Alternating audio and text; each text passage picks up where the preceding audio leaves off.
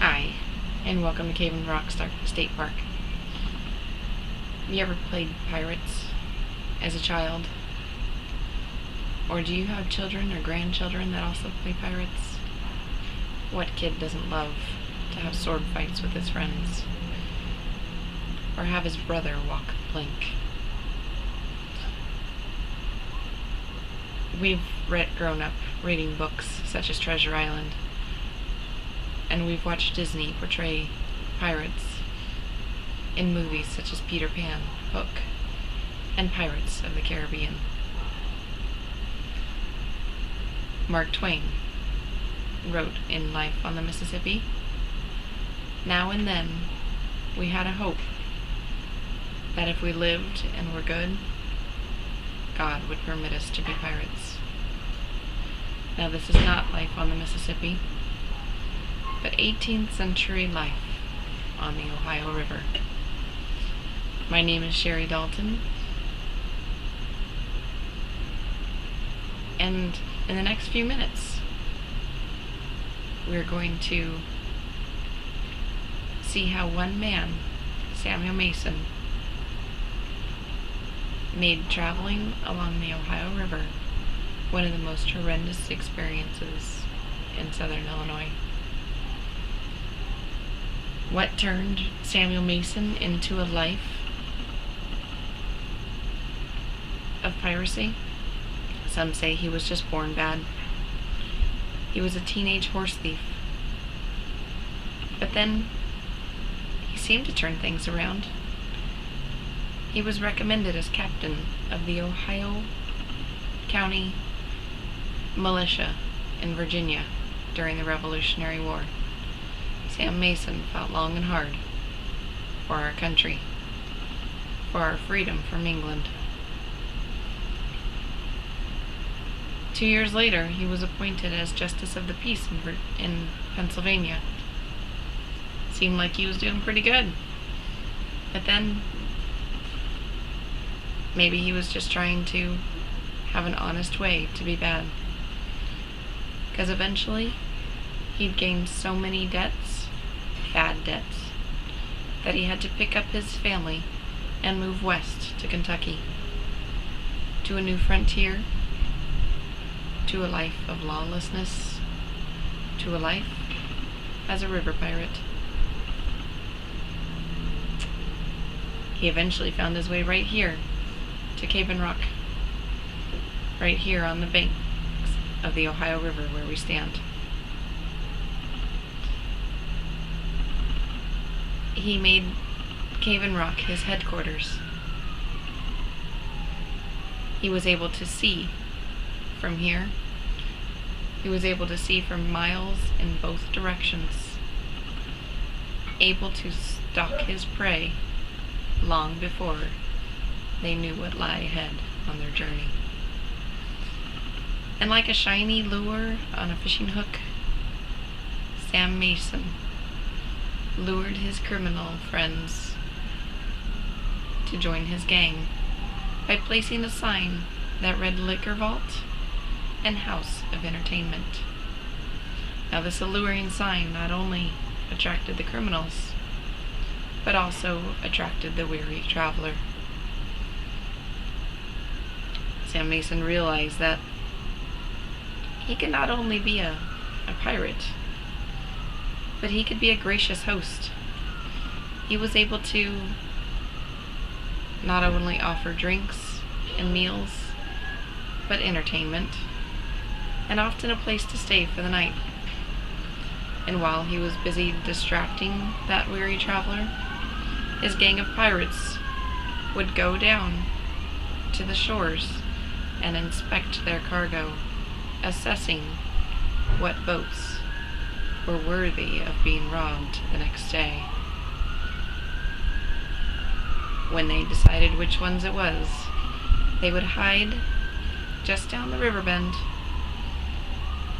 and overtake the boat and kill the passengers and the crew. Now this area is also a very treacherous area of the Ohio River. It has large, steep, rocky cliffs and windy river, often muddy, too muddy to see through. People were forewarned as they were floating their goods down towards New Orleans that this area was very treacherous and that they should hire a local guide to serve as a navigation pilot. Sam Mason took advantage of this and had one of his pirates go up to 10 miles upriver to offer his services as a river pilot, a navigation pilot, while he was helping out the weary travelers and innocently asking for someone to help. He would inspect their cargo once again, and if they had anything good, he'd accidentally run aground right here at Cave and Rock, and sometimes a little bit further downriver at Hurricane Island. And if that boat had too much protection or really nothing good on it, he would make sure that he got the traveler on its way, but still collecting his fee as a pilot. Now, another way that Sam Mason, one of his strategies was to take one of his young, attractive ladies of entertainment and strand her on an island nearby. She would wait there and hope that a passing vessel would stop to pick her up. And then she'd ask them to please take her to Cave and Rock, to the liquor vault, where they would fall victim to Sam Mason and his gang. Now, after overtaking the boats and replacing the crew after they were killed,